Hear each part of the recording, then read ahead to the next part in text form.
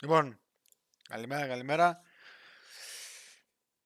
Υπεργρήγορο stream όσο δεν πάει, για 1 ώρα και κάτι. Θα δω στο YouTube, εγώ προσωπικά, με αγγλικούς υπότιτλους, γιατί με ελληνικούς είναι λίγο σκατά, ό,τι να είναι λέει το YouTube, οπότε με αγγλικούς και ό,τι καταλάβουμε. Το story του Albert Wesker. Wesker's Report. Θα μάθουμε τα πάντα. Umbrella Corporation, Spencer κτλ.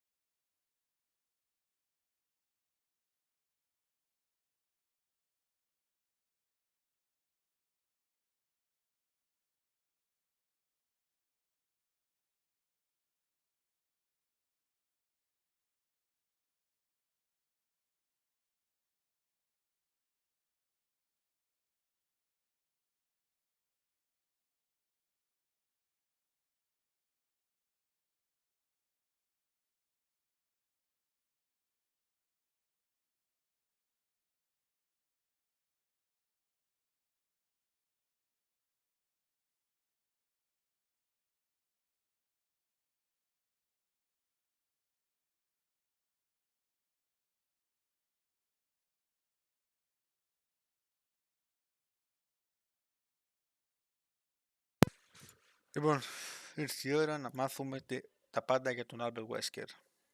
Ας ξεκινήσουμε χωρίς να χάνουμε στιγμή. Νομίζω όλα φαίνονται εντάξει. Για να δω.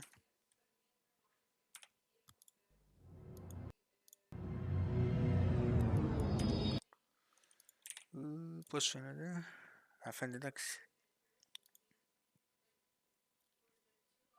Εγώ τι κάνω?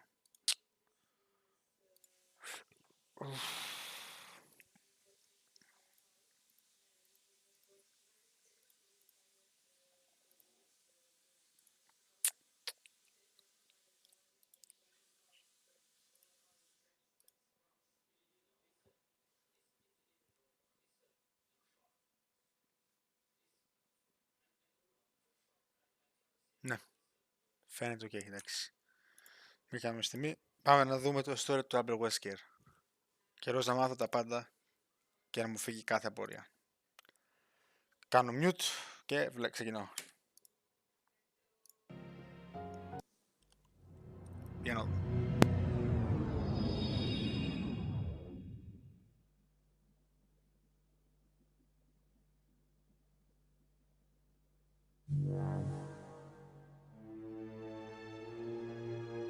My name is Albert Wesker. I aspired to become a leading researcher at Umbrella Inc., a pharmaceutical...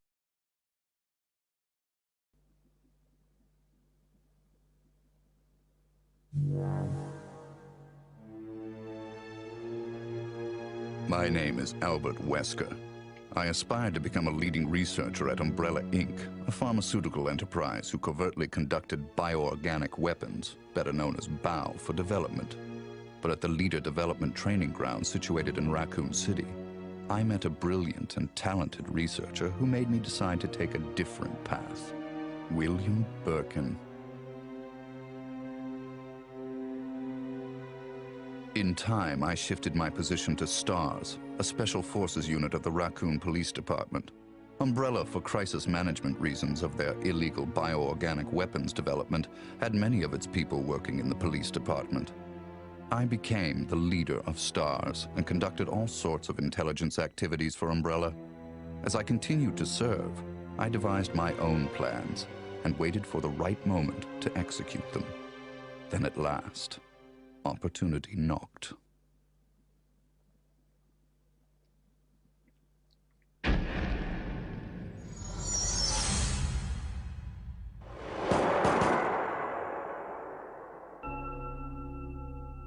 The freak murder incident that occurred in a forest near the mansion started it all.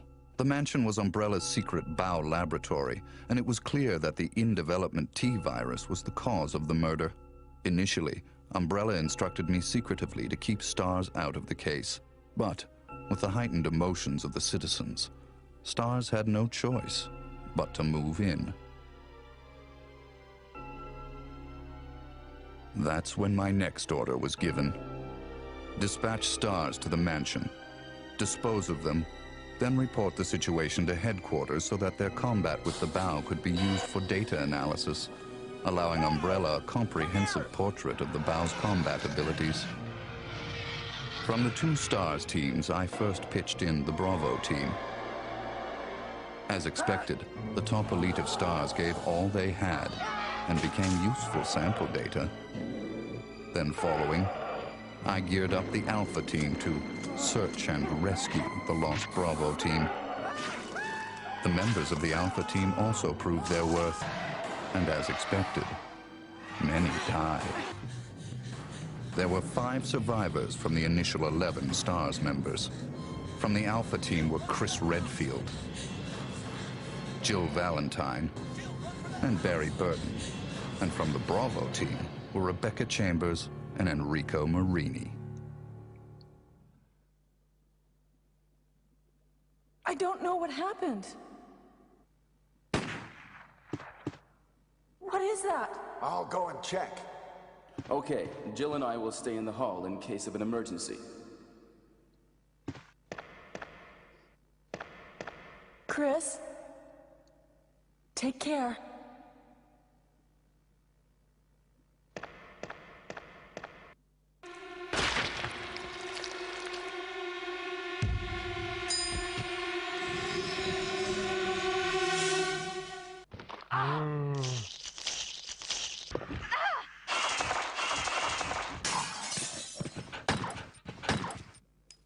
It was time to begin executing my plans. In the midst of the whole affair, I could take Umbrella's ultimate bioorganic weapon, the Tyrant, and join forces with an opposing corporation of Umbrella. To buy into that opposing corporation, I would need the actual combat data of the Tyrant. The surviving privileged members of STARS were just the perfect bait.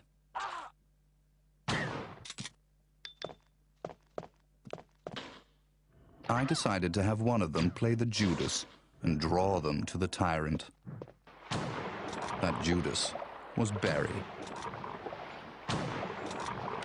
Barry! Barry was the strong truth and justice kind and cherished his family more than anything. His type is easy to manipulate. I simply took that most important thing away from him. My only miscalculation was the high potential of Chris and Jill. But with the family man, Barry, playing the Judas, the scheme went as planned. Then the winds turned unexpectedly. Jill. What good timing. A moment ago, I heard someone's voice coming from this hole. Is that Jill? Is that voice Enrico's? Listen, the stars are going to be finished soon. Someone is a traitor. Everything was plotted from the start by Umbrella. I had to eliminate Enrico, who found out what was behind it all. I used Barry to get to him. Alright, so from there, we hear that Wesker did say that he had Enrico taken out. But the way he words it leads me to believe that he had Barry do the killing. I've been under the impression that it was Wesker, in most of the cases, that did it there, especially considering that Barry's without no choice is the Magnum, and that would have been a much louder, much messier kill than that was. But let's keep going. Enrico! Ο Μπέρι ήταν. After I successfully got rid of that nuisance, I awaited the sample specimen that Barry would bring to me in the Tyrant's room. Wesker? You did a fine job, Barry. Just as I thought. Και ήταν τρίτο το Why do Μπέρι. you have to destroy stars? That's Umbrella's intention. This laboratory has been engaging in dangerous experiments, and recently an accident has occurred. Anyway, this disaster cannot be made public. That's why having stars nosing about is so inconvenient. So you're a slave of Umbrella now, along with these virus monsters. Barry, go up on the ground and wait there.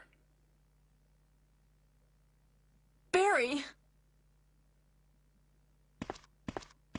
I just used him for my personal purposes, though both you and Barry seem to think I was following orders from Umbrella. So you're planning something else? If you succeeded in developing the world's most powerful biological weapon, what would you do? What if you were in charge? So you're going to steal all the research? Better yet, I'm going to show you the Tyrant. I injected the virus I obtained from Birkin in advance. If I made Umbrella believe I was dead, it made it far more convenient to sell myself to the opposing corporation. According to Birkin, the virus had profound effects. It would put my body in a state of temporary death. It would then bring me back to life with superhuman powers. Therefore, I unleashed an awesome tyrant from its slumber and let it attack me.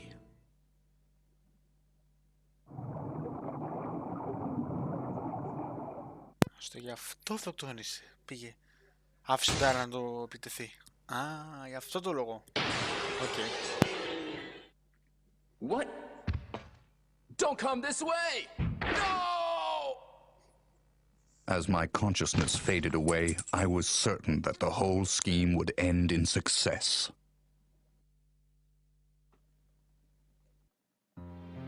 So here we have our first real major addition, or change to the story if you prefer. Wesker injects himself with a virus that will bring him back to life, and instead of being killed accidentally when he loses control of the Tyrant, he fakes his own death. Ναι. The virus is not given a name at this point, and that may be addressed in future games, although I sincerely doubt it was the G virus. Depending on how you played through Resident Evil 1, Wesker could die in a couple of different ways, and in the battle mode on the Saturn version, he was a boss zombie. But the battle mode was something extra, it probably didn't really factor into the story. But I do believe that at that time, those circumstances kind of show us that they weren't planning on bringing Wesker back. This was something that they did in the future. Μάλιστα.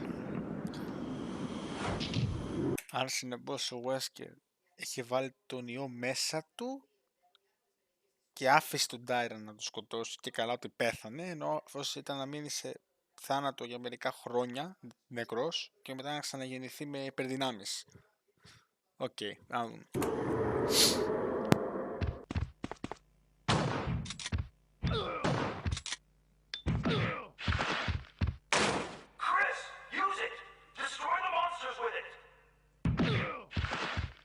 Never did I imagine that stars could slay the evil creation. I lost the tyrant, and the plan I devised, which cost me my humanity, ended in failure. Now, anyone or anything that stood in my way would be terminated. It has been that way for a long time, and it always will be. At all costs, I had to make stars pay.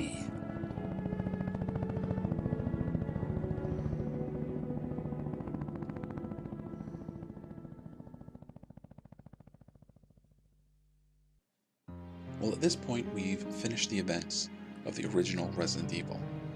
It's been pretty much confirmed for us that Chris and Jill survived the events of the mansion. But we don't know who else survived. Several times Wesker mentioned Barry, and in the earlier part of this clip, he did talk about Rebecca being one of the survivors. But at no point are we told if Rebecca or Barry survived their encounters in the mansion.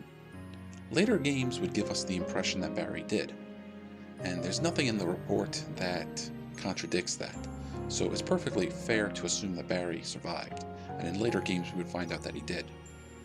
Rebecca, on the other hand, we wouldn't find out her fate until much, much later.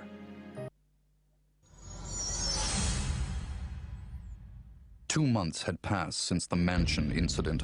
To regain everything that I had lost in my new organization, I joined hands with Ada Wong, a female agent who was also sent to spy on Umbrella. Okay. Identify yourself.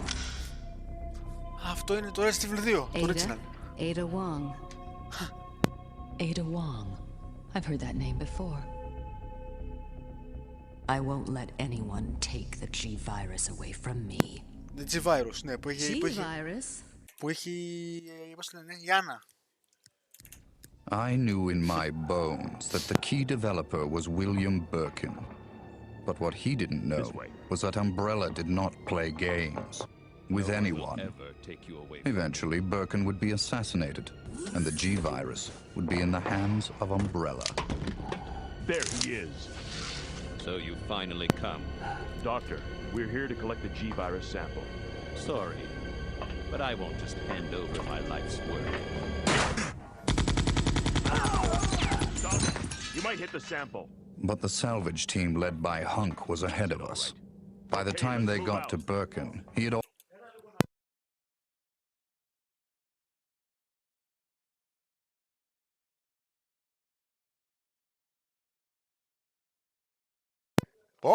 πόσο νόημα βγάζει τώρα όλα.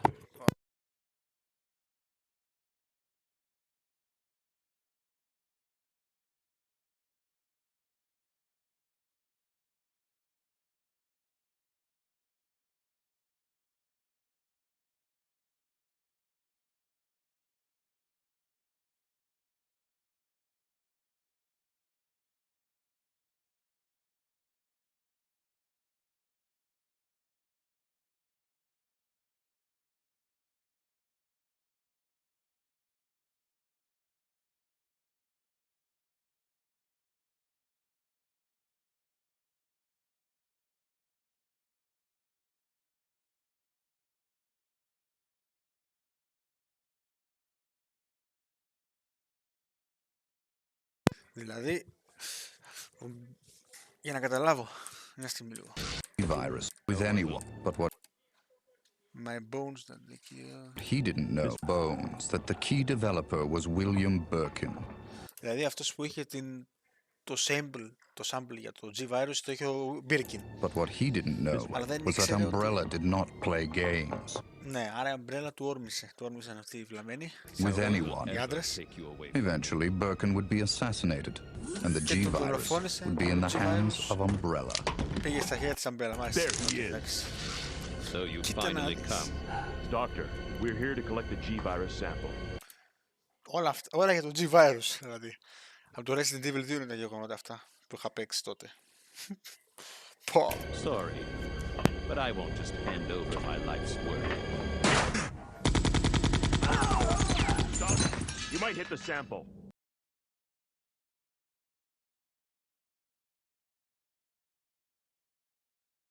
But the salvage team led by Hunk was ahead of us.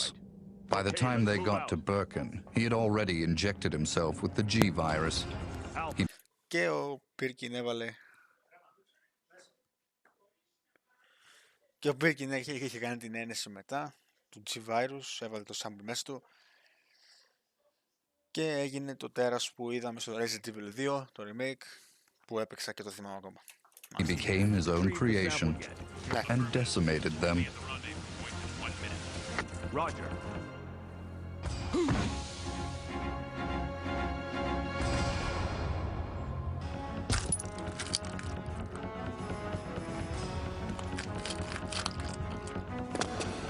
What is this thing? Fire! Fire! Son of a... Και πέθανα να φέρω την αμπρέλα.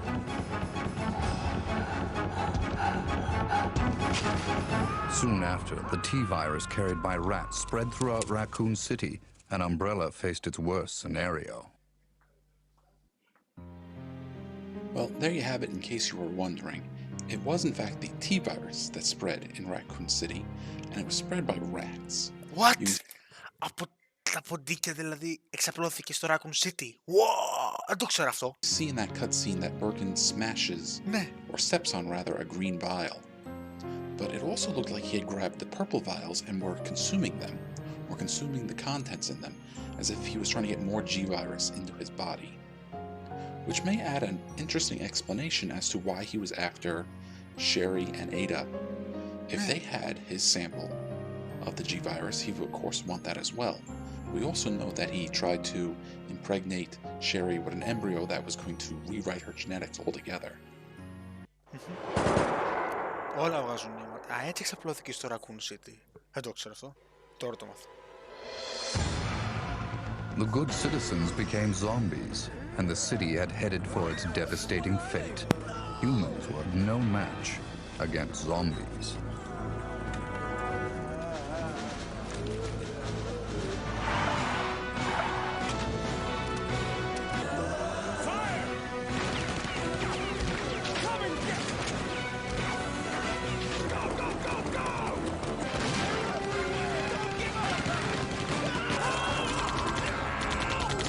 In the chaos, Umbrella Europe applied a new type bow called Nemesis.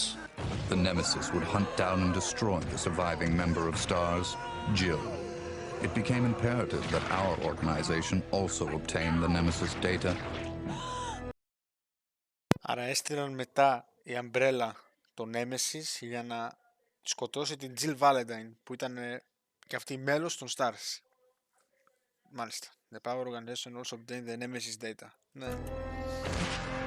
Και εδώ είναι το Resident Evil το 3. Το remake που έπαιξα. Αυτό το original, εγώ το remake έπαιξα. What was that?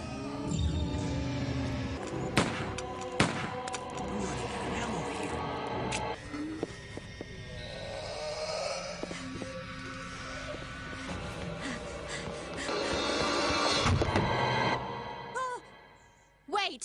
Don't shoot! Και εδώ είναι το Resident Evil 2 η αρχή του remake. Όταν πέσεις με την Claire Redfield.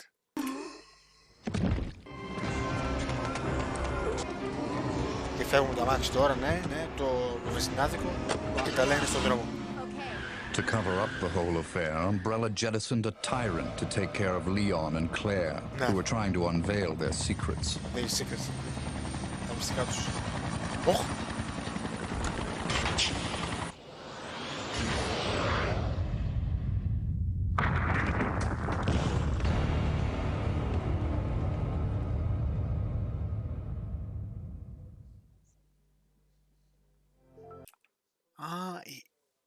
Umbrella έριξαν τον Nemesis. My name's Claire. What's yours? Sherry. Then a new revelation. Birkin used to hide the findings of his studies in his daughter Sherry's pendant. It was very possible that the G-virus was there. While Umbrella was busy with their cover-up, we had to capture Sherry before they did.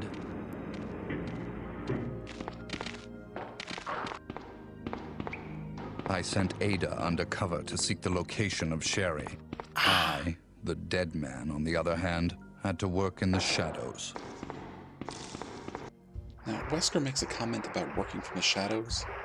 My buddy took it to mean literally he was in the shadows, following everyone around. What was that all about? I think it's more likely that he just meant that he had to work secretly as opposed to in the field. Δηλαδή, δούλευε μυστικά ο Wesker ενώ ήταν νεκρός για λίγα χρόνια, γιατί είχε βάλει injected το sample, κάτι που είχε βάλει, που το είχαμε δει πριν, και έστειλε την Ada undercover, μυστικά δηλαδή, να μην το ξέρει κανείς, για να πάει να πιάσει τη Sherry πριν την πιάσουν, πριν την πάρουν ο Leon και η Claire, γιατί η Sherry ήξερε που είναι το sample. Ήταν στο δωμάτιό της κάπου, στο sample, πού το είπε? Να, studies, το hide find στο Sherry, στο pendant.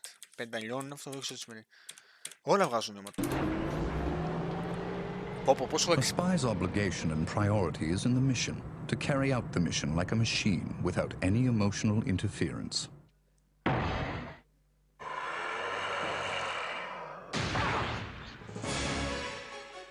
Ada! Ada! Can you hear me? Nemesis? But through her interaction and involvement with Leon S. Kennedy, there had been an affection growing inside her. But I'll only slow you down with these injuries. Go. Save yourself. I told you, it's my job to look after you. But you'll be in danger if you stay with me. My instincts sensed danger. Something had to be done, quickly.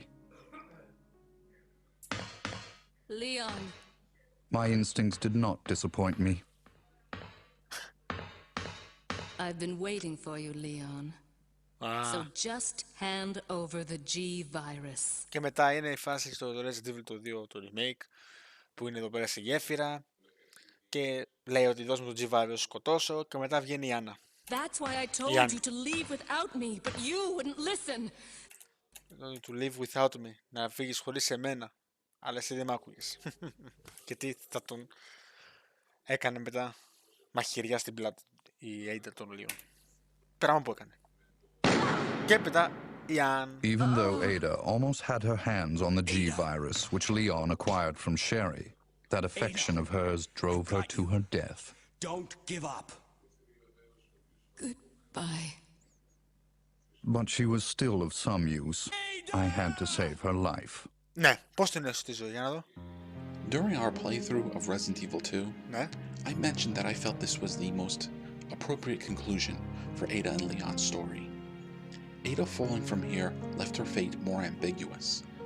For example, we don't know how far she fell or how badly she was hurt. Ναι, but we do know that she survived this. Ναι. Wesker even says so much that he sent, I guess, his men to go help her.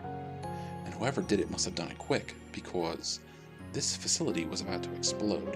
Ναι. Leon also throws the vial off from here, and I also felt that was more appropriate, because that also leaves the fate of that more ambiguous. But I think it's also important to note that you only get this outcome from Leon A. They seem to be suggesting, though, that the story took the path of Claire A, Leon B. But we'll talk about that a little more later. So, this is what everyone's been dying for. My people hurried to retrieve the G-virus that Leon threw away. Alpha team here. Mission accomplished. Roger. We'll rendezvous at the meeting point. But Hunk, the only survivor of Umbrella's salvage team, was there before us.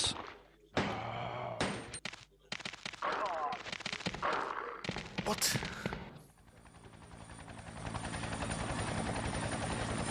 Hunk.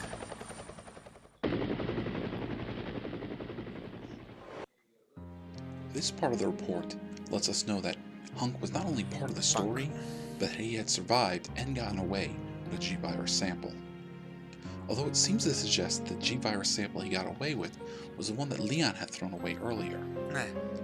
That doesn't quite line up quite right, because Leon threw it away in the laboratory, but Hunk was unconscious in the sewers closer to the police station.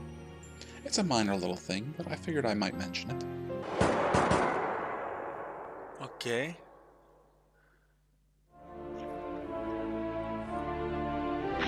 Nemesis. Our only option left was to bring back Berlin, the monster, as the sample specimen, and have him finish off Leon and Claire in order to obtain his combat data. Here, use this! Game over. Και η Ada σώθηκε. Δεν ξέρω πώς.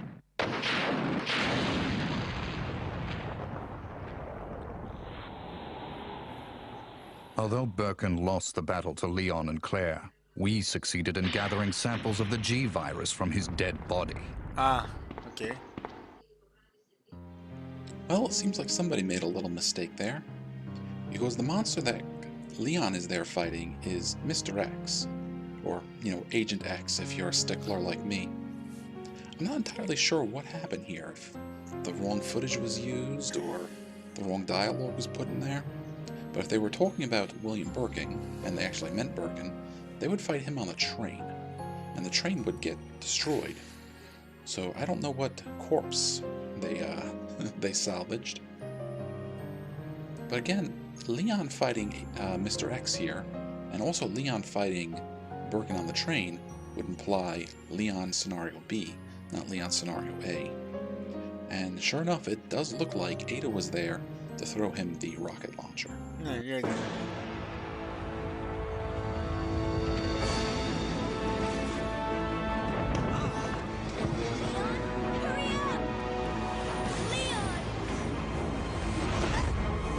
Even this cutscene we're watching right now, we would only get if we went through Leon Scenario A.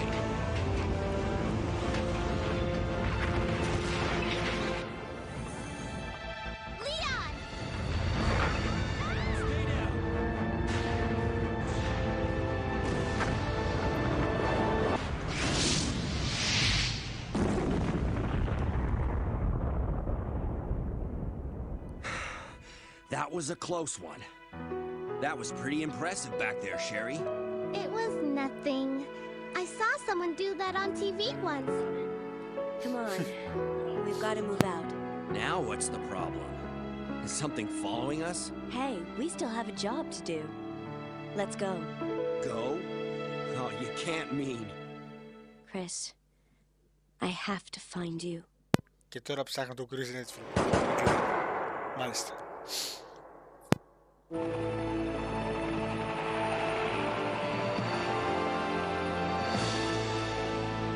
I guess we're all set. All right then, we're out of here. Oh no. It's here. In the morning, the government bombed Raccoon City in an attempt to stop further viral outbreak. This was, of course, their feigned reason.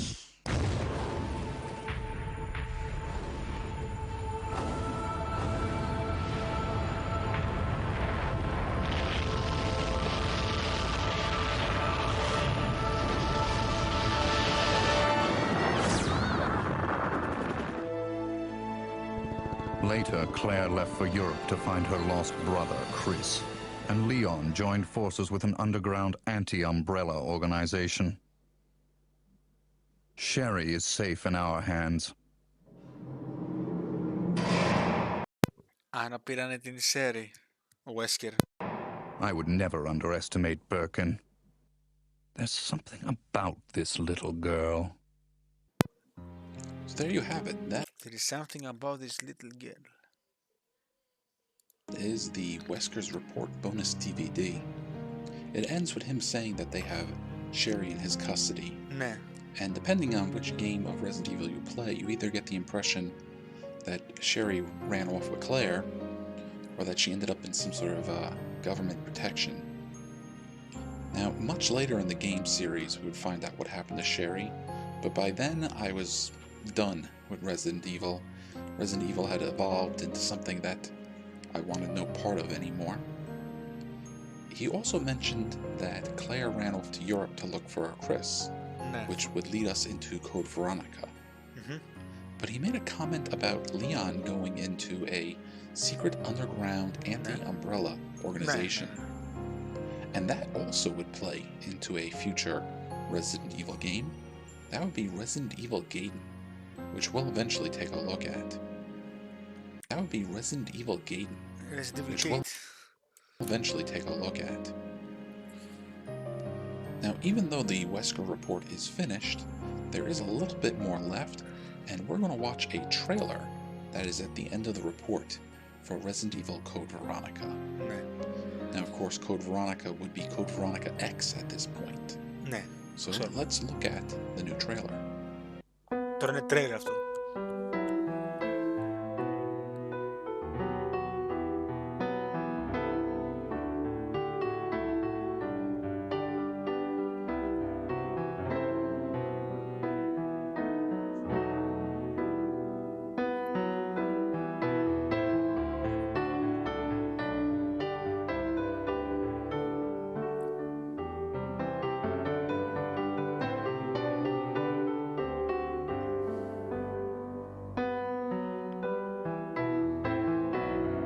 Spoiler. Η Αλέξια στα αριστερά και ο Άλφρεντ στα δεξιά. Είναι αδέλφια, αλλά ο Άλφρεντ νιώθει μια αγάπη για την αδελφή του που δεν πρέπει να νιώθει κανονικά. Έρωτας. Δηλαδή τα αδέλφια να φιλούνται. Τέτοια βάση.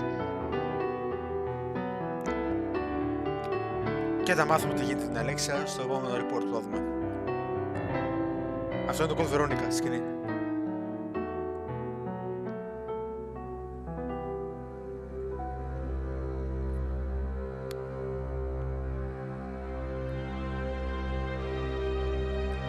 Ναι, το έχουμε παίξει Code Veronica, το ξέρω.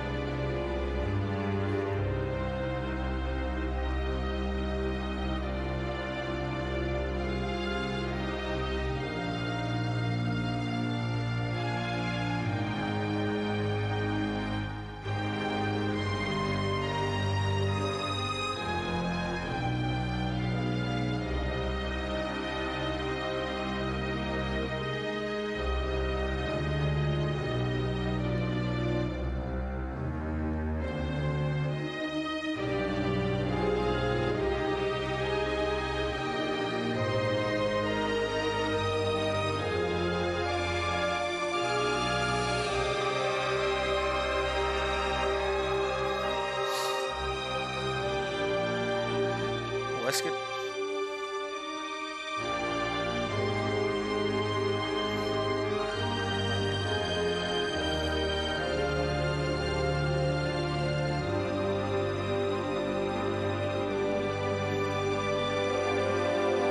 Nice to meet.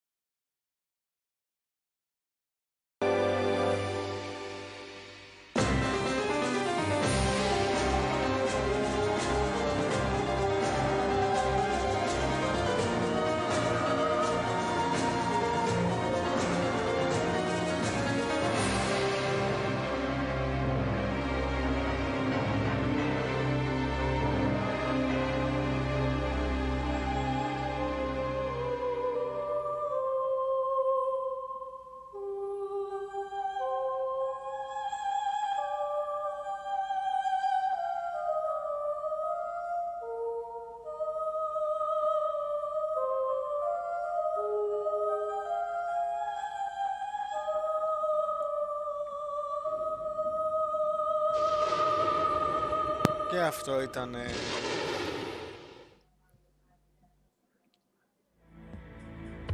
All right, well, there you have it.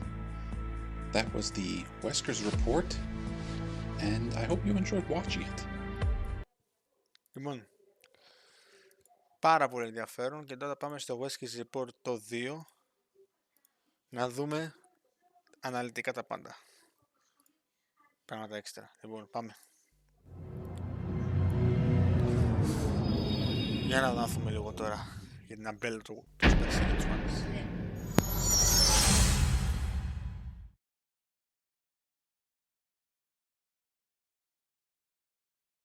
For the Resident Evil incident occurred, Wesker left a record of the past 20 years and all of the events that occurred between himself and the incident. Okay, πάμε.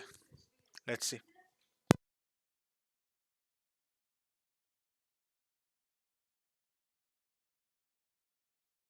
He sent to Ada Wong, but we have no details on her. Το έστειλε στην Ada, αλλά δεν έχουμε πληροφορίες σχετικά με την Ada. We have posted the record here. Το έχουμε ποστάρει εδώ πέρα το record. Για να δούμε. The experiment. Πάμε. July 31st, 1978. The first time I visited that place, it was the summer of my 18th year. That makes it about 20 years ago. As I got off the helicopter, I remembered the sight of the swirling wind the helicopter blades whipped into the air. When viewed from above, the old mansion seemed quite normal. But when seen from the ground, there was something foreboding and unapproachable about it. Birkin, my junior by 2 years, seemed as usual to be only concerned with the document he was holding.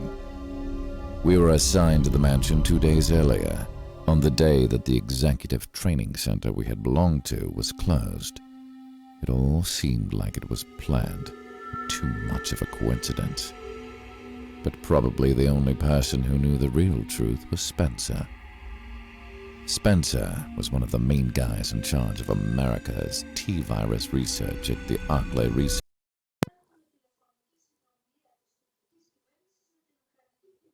Ο Spencer λοιπόν ήταν ο... Spencer was one of the main guys in charge of America's T-virus research. Μάλιστα. At the Arklay Research Facility. As soon as we got off the helicopter, the head of the facility was standing in front of the elevator, ready to greet us. I can't even remember the guy's name. Who really cares about formalities and figureheads like him? From that day on, the Arklay Research Center was ours. As chief researchers, we were put completely in charge of all aspects of the facility. Of course, that is just how Spencer had planned it all out. He chose us. We ignored the facility head and got on the elevator. I had already memorized the building layout the day before, and Birkin, although he has no bad intentions, never really pays much attention to other people. Most people probably get pretty irked from the first 5 seconds that they meet us. However, the facility head had no reaction at all.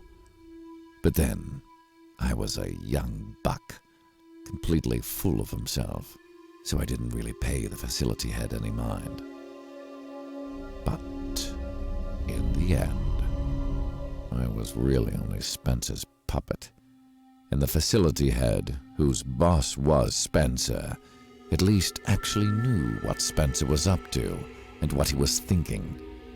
The whole time we were riding in the elevator, Birkin never took his eye off the documents he was holding. The document that Birkin was scrutinizing so closely was a report about a new virus that has shown up in Africa. It was called Ebola. At this moment, there were many people all throughout the world who were studying the Ebola virus. However, I think there were 2 major reasons why they were studying it. To help people and to kill them. As you probably know, the death rate of someone affected by Ebola is 90%. In 10 days, it quickly destroys a person's organs. Even now, there are no known ways to prevent it or cure it. It could, quite possibly, destroy a large part of the human race. Of course, even before this, due to the Biological Weapons Prohibition Pact, it was illegal for us to study the virus as a weapon. However, even if we weren't the ones to research it, there was no proof that someone else wouldn't be doing that same thing. And so it was considered legal for us to research it, just in case. There is a thin line in international law between what is acceptable and what is prohibited. And so, it became necessary to research how the virus study information would be used as a method of prevention, not as a weapon. There really is no difference in the way in which you research a virus as a cure from how you research it as a weapon. But since the two are very similar, it is possible to pretend you are researching a cure, while in fact, be researching the virus as a weapon. Even though at that time, for whatever reason, Birkin may have been looking at the Ebola report, he wasn't really researching the Ebola virus. The Ebola virus had too many weak spots. First of all, the virus could only survive for a few days, if not inside a human body. It would soon die if under sunlight, ultraviolet light, for too long. Secondly, since it kills the host too quickly, there isn't enough time to infect other hosts. Finally, the virus is only transferable through direct touch, and so it can be easily prevented. Try to imagine the following.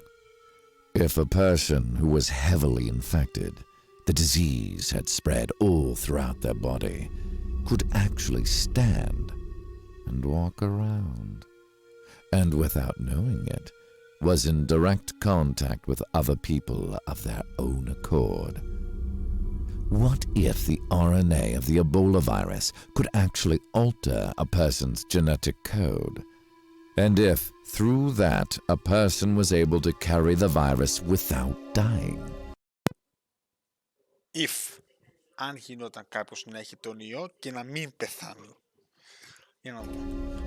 What if this person had the resilience of a monster? Okay. That is, wouldn't this person be a living dead whose body carried the virus? Μπορεί, όντως. Something that could infect others, sort of like a living biological weapon. I guess we are lucky that the Ebola virus doesn't have the potential to do such things.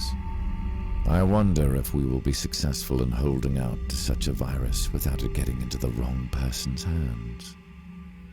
The Arklay lab, headed up by Spencer, was built for that. The Art Leyland headed up by Spencer. Okay. Το εργαστήριο Art Leyland, ωραία. Από τον Spencer, ωραία, θυμάμαι. That purpose, it seemed. To create a disease capable of the characteristics I listed before.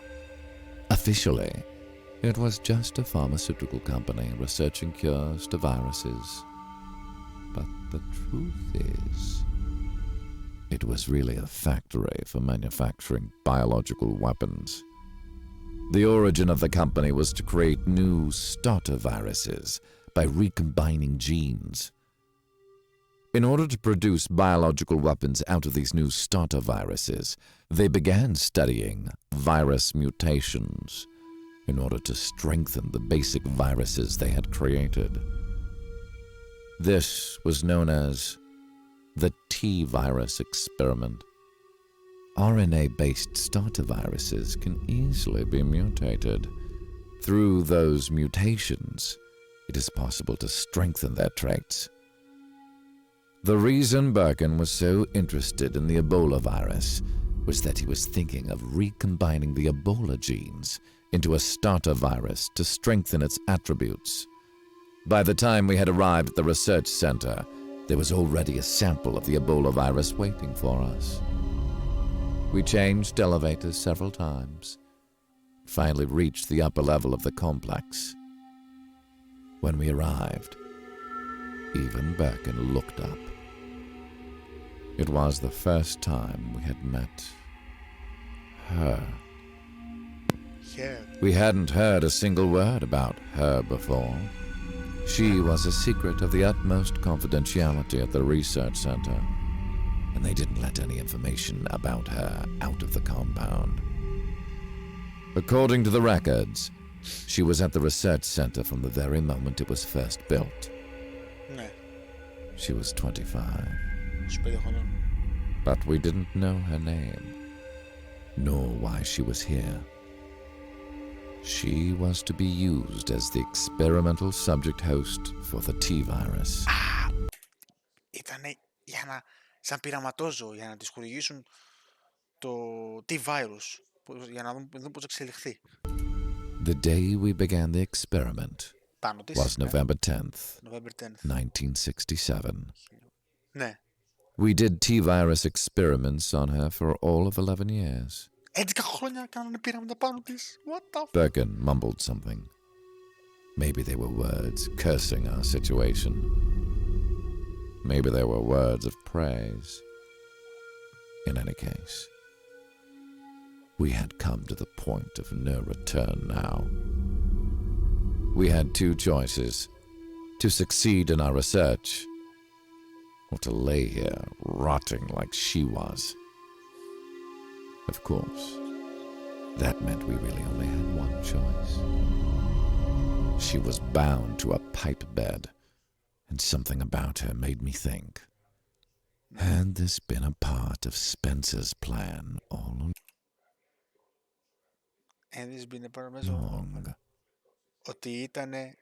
Ότι μπορεί και αυτό να ήταν σχέδιο του Spencer, αυτό που υπήρχε αυτή εδώ πέρα, το κορίτσι, που της έκαναν πειράματα.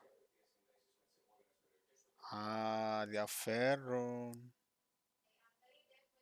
Ενδιαφέρον. Πολύ ενδιαφέρον. Πάρα πολύ ενδιαφέρον. Για να μου τη συνέχεια. Αλέξια. Για να δούμε. July 27th, 1981. Όπα, sorry.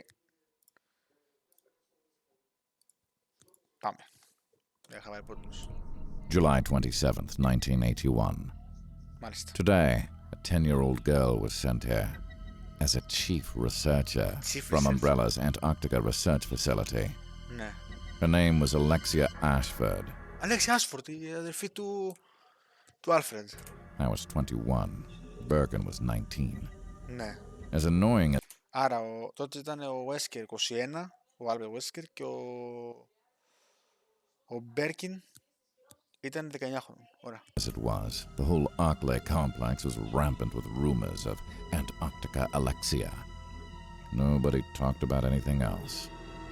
She had been at Umbrella for a long time. The older guys at Umbrella knew the legendary Ashford name. Ναι. Before we ever reached a dead end in our research, one of the old-timers would say, if only Professor Edward was still alive. Professor Edward. If I remember correctly, Edward Ashford was one of the people who first discovered the starter virus and who originally planned creating the T-virus. However, he died soon after Umbrella was founded. It's been 13 years since his death, so is there really anything to gain by having high expectations of the Ashford lineage? And in fact, the Antarctic Research Center founded by his son hadn't yielded a single result. Don't people know the limits of Alexia's smarts? She is only Edward's grandchild, after all. But from the day she came, our worthless, good-for-nothing subordinates began to say, it's a good thing Alexia is here. She may be from a famous family, carry great genes within her, but nonetheless, I knew it was going to be a real hassle having subordinates with such a lack of good judgment. It's idiots like that who, if they accidentally stuck their foot in a bucket, wouldn't be able to move or figure out what to do unless someone told them. At least I could still tell the difference. However, if at that time I would have gotten upset about the whole thing, it would have just slowed down our progress on the T-virus research. Unless you can keep your cool and still be decisive no matter what the circumstances, then success will always evade you. At that time, I was thinking this. By making good use of the past, then we could definitely yield good results. And if some of those old-timers, who feasibly could die at any second, then they would make great test subjects. After all, do you think it is possible to stand above the people if you can't rationally use their human resources well?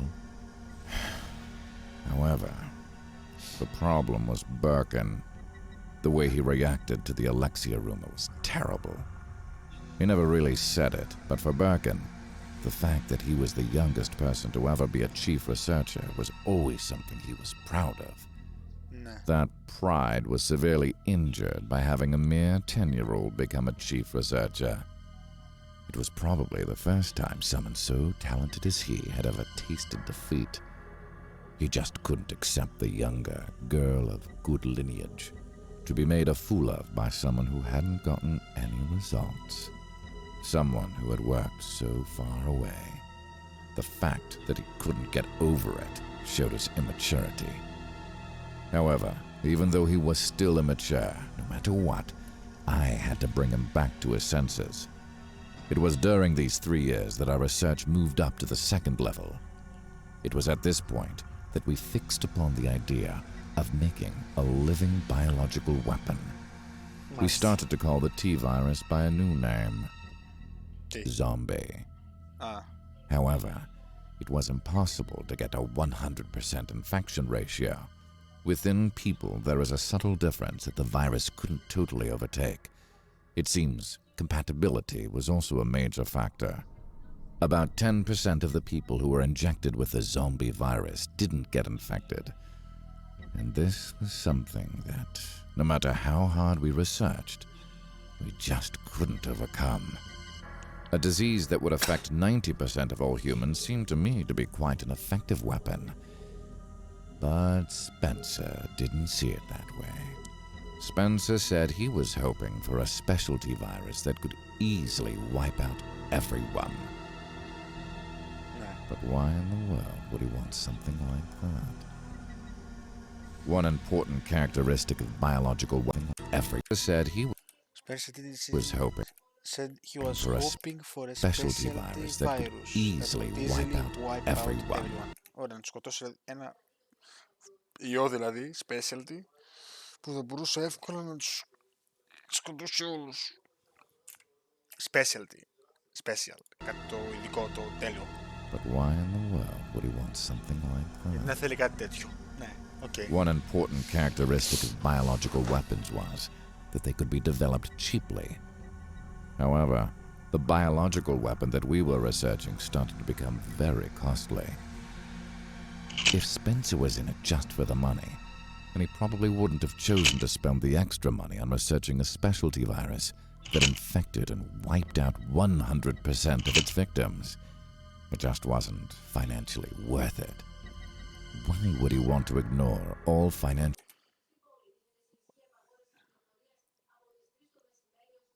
concerns just to continue the research? If by changing the idea of war through biological warfare, he was attempting to monopolize all military industries, then I would have understood that. But even to this day, I have no idea what his true intentions were. No. But whatever Spencer's real reason was, Birkin was planning on making a biological weapon that would increase a country's military capacity. Not to just manipulate the genes of the T-virus, but also by adding other genetic code. He was planning on creating him. A military biological weapon that could annihilate those who went unaffected by the virus, as well as people who were wearing antiviral gear and equipment. This weapon was later named Hunter. However, that experience was temporary. Hunter. Το Hunter. Το Resident Evil. Το Zero νομίζω και το ένα. put on hold in order to protect the test subjects from Birkin. Birkin's pace was quickened by Alexia's existence. He began to act out of the ordinary. He would stay at the lab for 24 hours straight, attempt experiments that he hadn't really thought out. I tried to use other researchers to get as many samples from the subjects before they died, but I just couldn't keep up with his pace. The head facilitator brought in a new subject as if nothing had ever happened, but she too soon died. It was hell. And within that hell, there was but one person living. The female test subject's body that continued to live on. She was already 28 years old, having lived 14 of the years in this research facility.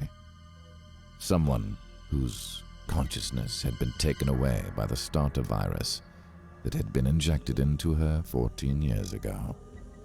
Someone who, if their heart did happen to actually be alive, would only hope for death, but she continued to survive. Why was only she able to survive this long? Her basic experiment data and that of other test subjects seemed to be the same.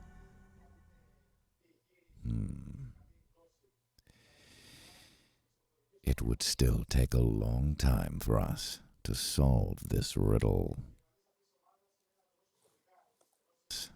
Long hope for death, but she continued to survive. She continued to survive, man.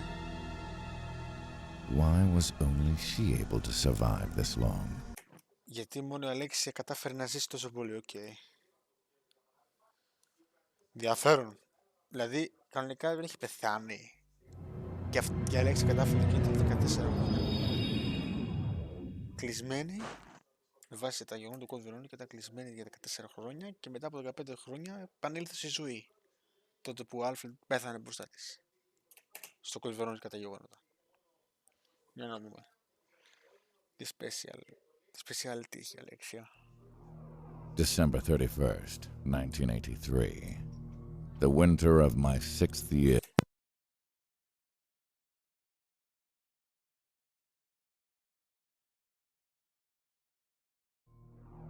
December 31st, 1983. The winter of my 6th year at the Arclay Research Center. For the past 2 years, there were no significant results, and time seemed to just stagnantly flow along. But before long, we had a breakthrough. The thing that started it all was a report we got that morning. Antarctica Alexia had died. The cause of her death was that she accidentally got infected by a virus that she herself was researching. It was called the T. Veronica virus. Και καλά, accidentally. Να δούμε άμα ήταν όντως accidentally. Alexia was 12 years old. It seemed she was just a little too young to be undertaking such dangerous experiments. There were many rumors to be heard. One particular rumor actually suggested that she injected the T. Veronica into her own body. No matter what the circumstances, I find that particular theory to be implausible. Probably, she was just so shaken up over her father's disappearance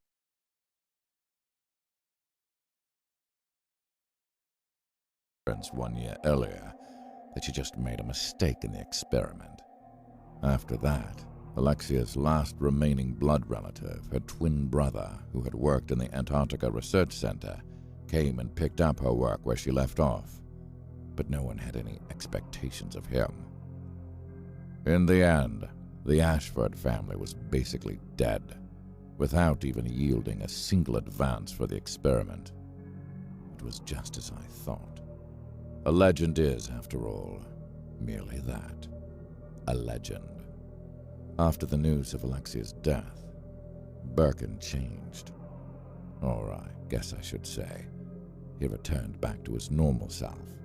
But I guess the biggest thing was that all of his subordinates now had no choice but to think of him as the main researcher, since now there was no one who could surpass his talents. However, with that, It became taboo for anyone to talk about Alexia in front of him. He fiercely opposed me when I planned on getting a sample of the T. Veronica virus. I had no choice to put finding the truth about Alexia's research on the back burner. In the end, even though the situation was at its best, Birkin himself failed to grow up and advance his research. However, at that time, I was concerned more about a different question at hand. The Arklay Research Center was surrounded by a dense forest. I often hiked through the forest, but since the center was located in a mountain region, there was never anyone to be found nearby. The only method of transportation was by helicopter, and the center wasn't exactly the type of place that people came to visit. One important reason for the fact that the center was located in such an isolated location was to prevent the virus from getting out in the instance of a leak. However, biological weapons aren't that simple. Viruses don't only infect humans, they can infect other things as well. Any virus is usually capable of infecting more than one host. For example, the number of species that the ordinary influenza virus, the common flu, is recognized as infecting are birds, pigs, horses, seals, and humans. The difficult part is not that all types of animals, people within a species are affected. Even though within the bird species, ducks and chickens are affected, all other birds are not. And if a virus mutates, then the kinds and number of hosts it affects changes. So, it is impossible to create a virus that is capable of affecting everything. And that was the main problem, trying to adapt the T-virus so that it would affect everything that it came in contact with. After Birkin became useless, I started investigating the T-virus's communicative infection rate. It was then that I found out it was a fact that the T-virus could infect almost any kind of living thing. Not just animals, but plants, insects, fish, almost any species. The virus had the power to expand and disperse all over the earth. Whenever I would leave the center for a walk in the woods, I would always think to myself, why did Spencer choose this place? Because there were lots of different types of species concentrated in the woods. If the virus ever did get out here, then what would happen to a place where there were this many type of living things present? In the case of insects, they are small, so you might not think of them as dangerous, even if they are secondary carriers of the virus. However, insects usually exist in swarms, and that huge number makes them a very dangerous carrier indeed. If they were carriers, then how far would the virus spread? If a plant was a carrier then, since they can't move, you wouldn't expect them to be able to infect many people. However, what about the pollen that comes from plants? Considering those factors, the center was an extremely dangerous place to run virus research. And if you really think about it, the location of the Ashford's Antarctica Research Center was really a much safer and obvious choice. It would almost seem as if this place was specifically chosen as a location for the purpose of spreading the virus. But I just can't imagine that would really be so. What is Spencer trying to get us to do? This was a major issue, so big that I couldn't tell the other researchers. At this time, the only person that I felt I could have talked with about this was Birkin, but it was evident that telling him would be meaningless. I needed more information. It was at that time that I first began to feel the limitations of my position as researcher. I needed to get myself a position that had more access to information that would reveal Spencer's true objective. I felt no love lost for throwing away my position as a researcher in order to find out. But I couldn't rush things, because if Spencer ever got wind of what I was doing, then it would be all over. I jumped back into my research, and it was business as usual, so as not to call attention to my plans.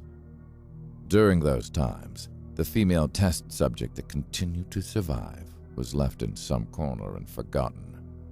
A living could have been. We began to call her that, sometime after she stopped yielding useful data for us. At least, until 5 years later, that is. Okay. Για να δω.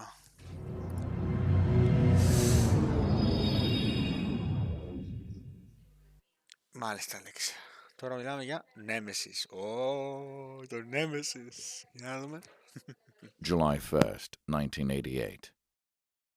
The summer of our 11th year at Arklay was just starting. I was already 28. Birkin had become a father and already had a 2-year-old daughter. Την ξέρει. His wife was one of the researchers that worked at Arklay. You would normally think it hard to understand someone wanting to get married and raise a child, all the while doing the research. But it is said that only non-ordinary people ever continue to do research at Arklay. Only the crazy ones ever succeeded here. And so, after 10 long years, our research finally reached the 3rd stage. To create a living biological weapon that was a soldier, that would follow strict orders, obey its program, and have intelligence. It was the so-called tyrant, basically a monster that we set out to create. However, there was a major obstruction to our research back then. Finding a basic body for Tyrant. The biggest problem was that suitable bodies for Tyrant were, at that time, genetically very limited. The source of the problem lay in the nature of the T-virus. The T-virus mutation used to create zombies and hunters could be used on just about any human, but it would also cause a decline in the subject's brain capacity. If the subject didn't have a certain amount of intelligence, then it couldn't function as a tyrant.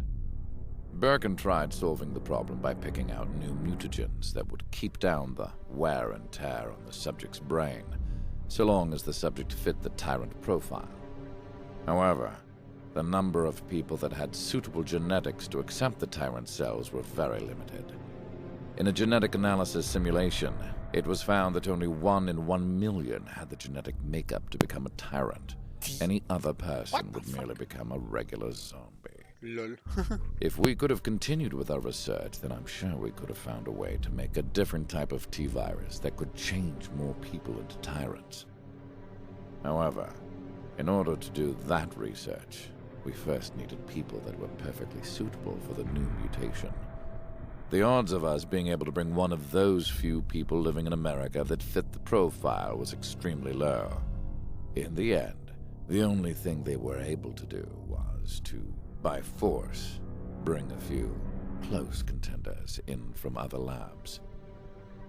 Even before we had the chance to start our research, it seemed we had already hit an obstacle. At that time, I heard a rumor about another location in Europe where they had already reached the 3rd level of producing a living biological weapon, using a method that no one had thought of. It was known as the Nemesis Plan. In order to change the stagnant working pace and conditions, I took it upon myself to get a sample of one of the subjects from that plan. Of course, Birkin first disagreed with me, but in the end I was able to get him to reconsider. Everyone had no choice but to recognize the fact that, until we found a suitable tyrant subject, our research wasn't going anywhere. The package from Europe came at midnight, several days later, after a series of broadcasts, proposals, and counter-proposals. That box that contained it landed on the helicopter pad. It read, Nemesis Prototype. I had to use some very strong tactics to get the incomplete thing where it was being researched in France, but all the while, Spencer was backing me up, pulling all of his strings and using his influence. Only Birkin showed no interest in it until the end, but he at least recognized it as an important part of the experiment. The sample was developed to create a never-before-seen, totally new form. By manipulating genes, they had artificially created a living parasite. That was what Nemesis really was. It could latch onto another organism's brain and then take control of the host's brain, bringing it a high level of destructive power. By combining intelligence with a destructive body suitable for battle, they were able to form the ultimate biological weapon. And if they could complete the project, then they would be capable of creating warlike bodies without having to worry about the intelligence issue. However, the problem was that the parasite containing it was not stable. The only thing written within the document that was attached to the sample was, "Failure. Sample died." Over and over again. Anything that had been affected and whose intelligence was being controlled would die within 5 minutes. We all understood that messing around with the incomplete prototype was very dangerous. If we could only somehow manage to extend the amount of time that the hosts would live, then we could take control over the project. That was what I was aiming for. Of course, we would use her as our test subject. Surely her unusually high endurance would be perfect for sustaining the Nemesis prototype parasite for a long time. Even if she didn't last that long, it's not as if we would be losing anything special anyways. However, the experiment yielded a result that was opposite from what I was predicting. The Nemesis parasite that tried to enter her brain disappeared. At first, I didn't even know what was going on. I couldn't believe that she would be the one to mix with the parasite genes without dying. That was the beginning. Somewhere within that undying body of hers, there had been a change. We had to re-examine her from head to toe one more time. During our 10 years of research, she had been totally and thoroughly examined, but this time, we ignored that previous data. For the 21 years that she had been here, for the first time, something was finally happening. After she had already survived longer than other subjects who had received the Nemesis virus, it was only Birkin that started to realize what was happening. There was something within her. That something was a deviation from the T-virus plan. Something new that gave way to a new form. Something that changed our destiny. Μάλιστα. It was the beginning of the G-virus plan. Και τώρα έμεινε άλλο ένα. Τελευταίο. Και φάμε και το οποίο λέει για το G-virus, νομίζω είναι αυτό. Ναι, G-virus. Και τελειώνουμε εδώ το stream. Για να δούμε και το G-virus τι γίνεται. July 31st, 1995. It had been 17 years since I'd been back there. When I come, I remember the wind.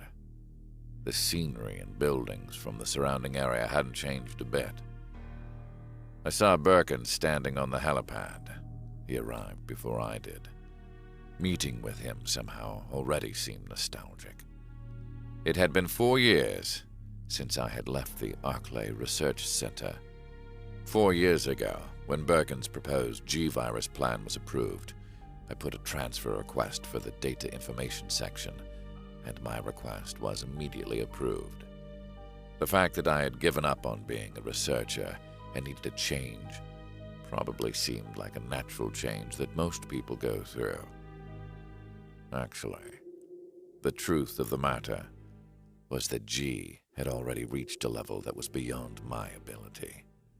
And even if I wasn't really here to discover Spencer's true intentions, I think that at that time, I would have definitely realized the limitations of my ability.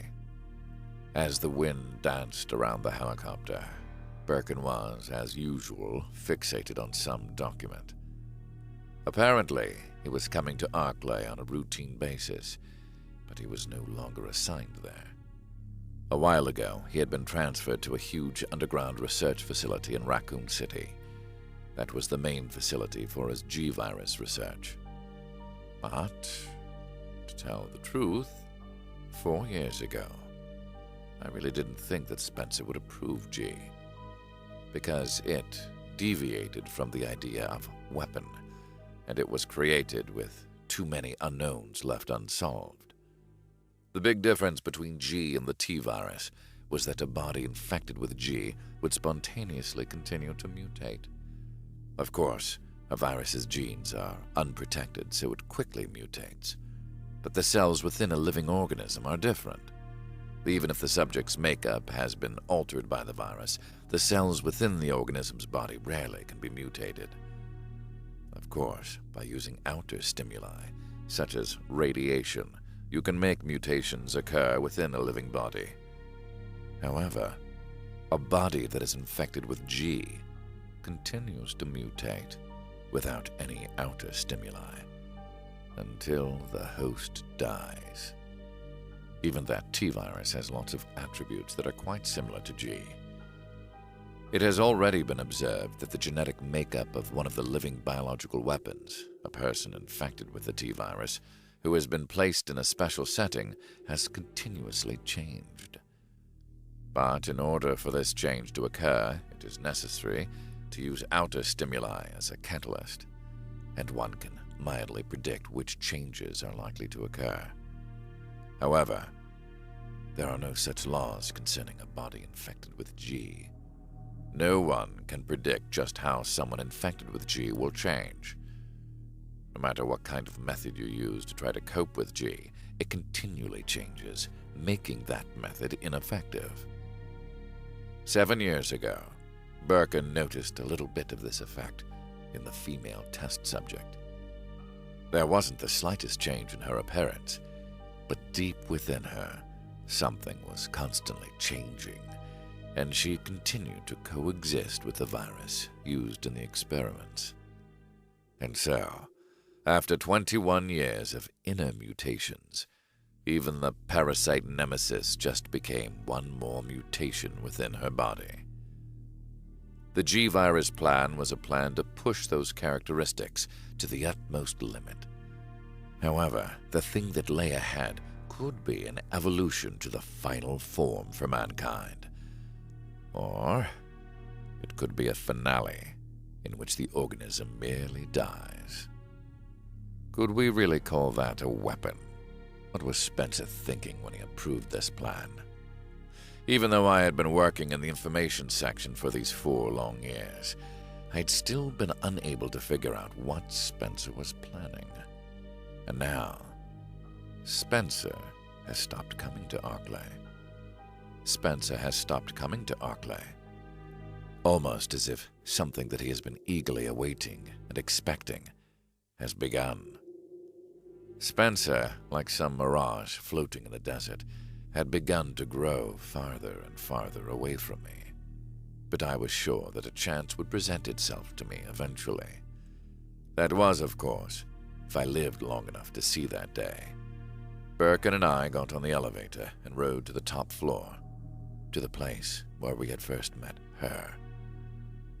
A man named John, Birkin's successor and new chief researcher, was waiting there for us. He came from a research center in Chicago and was supposedly a very talented scientist, but he was a little too straight to be working at a place like this.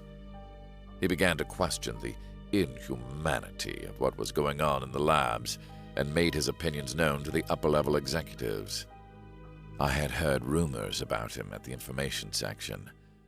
Everyone seemed to agree that if any information ever leaked out, he probably would have been the culprit. We ignored John and kept on walking, and then began the final disposal procedures on her. You must kill her. Due to her being infected with Nemesis, although only a minor amount, she started to think and become conscious. She started to act in grotesque ways. Her behavior has continued to escalate, And now she wears the face of another woman that she peeled off just like a mask. According to reports, she acted in the same way after they gave her the first starter virus. I don't know why she began to act in such a way, but because she recently killed 3 researchers, they have decided to dispose of her. Now that the G research is on the right track, there is no real use for a test subject like her. After constantly checking and reconfirming for 3 days the fact that she was dead, her corpse was, as per facility head's order, taken away somewhere. In the end, I never did find out who she was and why she was brought here. Of course, she was merely a test subject. But still, though, if she hadn't been here then, there wouldn't have been any G-plan, and Birkin and I would probably be leading different lives now. I left the Arclay Research Center, thinking that very thing. I wonder how much of this was according to Spencer's plan.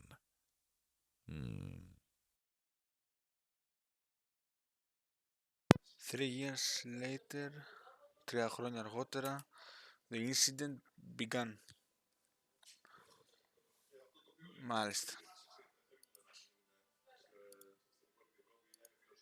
Ώστε αυτό ήταν λοιπόν. Αυτά ήταν τα βίντεο. Όλα με το West Case Report, ξέρω εγώ.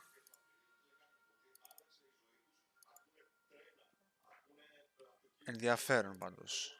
Πολύ ενδιαφέρον. Και μετά δηλαδή, για να καταλάβω,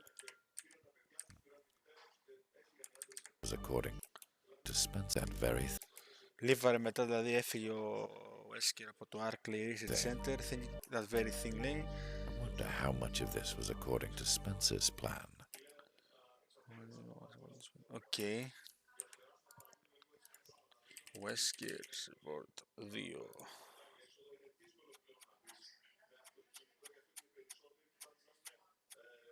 Μάλιστα.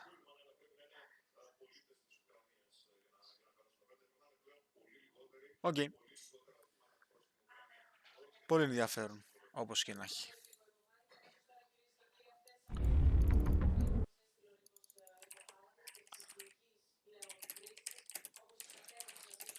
Υπάρχει Spencer's Report.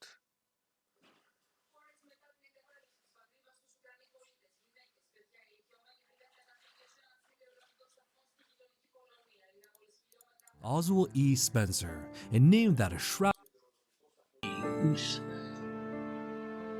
short. Anyway, αυτά. Λοιπόν, τα λέμε. 1,5 ώρα stream. Πολύ ενδιαφέρον το story του Wesker. Να το δει και ο Γιώργος θα καταλάβει πόσο γάμισε. Αυτός χάνει που δεν είδε. Θα ψαχτώ κι άλλο για το Resident Evil γενικά. Επίσης θα αρχίσω νέα Resident Evil games παλιά. Το Outbreak, File 2 κτλ. Με The Dark Side Chronicles. Games από το PS3. Τέτοια, παλιά. Θα τα παίξω κι αυτά. Έτσι για να λέω ότι έχω παίξει όλα τα Resident Evil. Anyway, θα τα πούμε σε μερικές ώρες που θα παίξω σαν Silent Hill μαζί με τον Γιώργη. Μιλάμε.